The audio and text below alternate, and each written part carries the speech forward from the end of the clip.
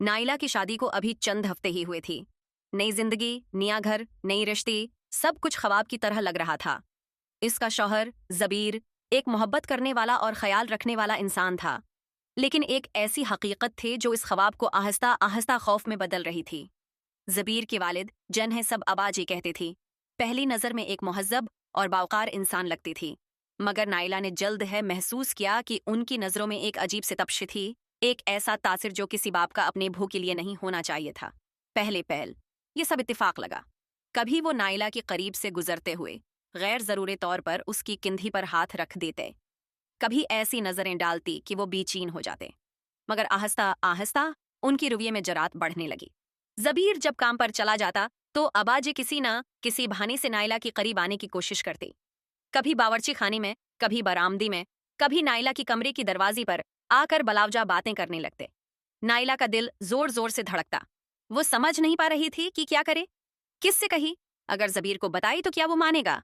अगर ससुराल में किसी और से जिक्र करी तो क्या उसे कसूरवार न ठहराया जाएगा? एक दिन जब नाइला घर में अकेली थी, अबा आजी उसके कमरे में चली आए। वो घबरा कर पीछे हटी, मगर उनके चेहरे पर एक अजीब सी मुस्कुराहट थी। भू, तुम अब इस घर का हिस्सा हो और कुछ बातें सिर्फ हम दोनों हैं समझ सकती हैं। उनकी आवाज में एक शैतानेपन था। नाइला के वजूद में झरझरे दौड़ गई। उसकी हाथ पसीने से भीग गई। वो फौरन दरवाजे की तरफ भागे और अपने कमरे में खुद को बंद कर लिया।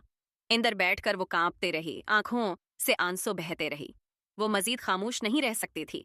इसने फैसला कर लिया कि वो जबीर से बात करेगे, चाहे कुछ भी हो जाए। इस रात जब जबीर घर आया तो नाइला ने हिम्मत जमा करके सब कुछ बता दिया।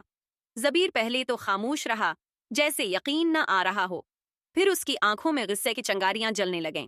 वो फौरन अबाजी के पास गया और सख्त लहजे में कहा, अबा, आपको शर्म आनी चाहिए। ये मेरे साथ धोखी है, मेरे बीवी की साथ ज्यादती।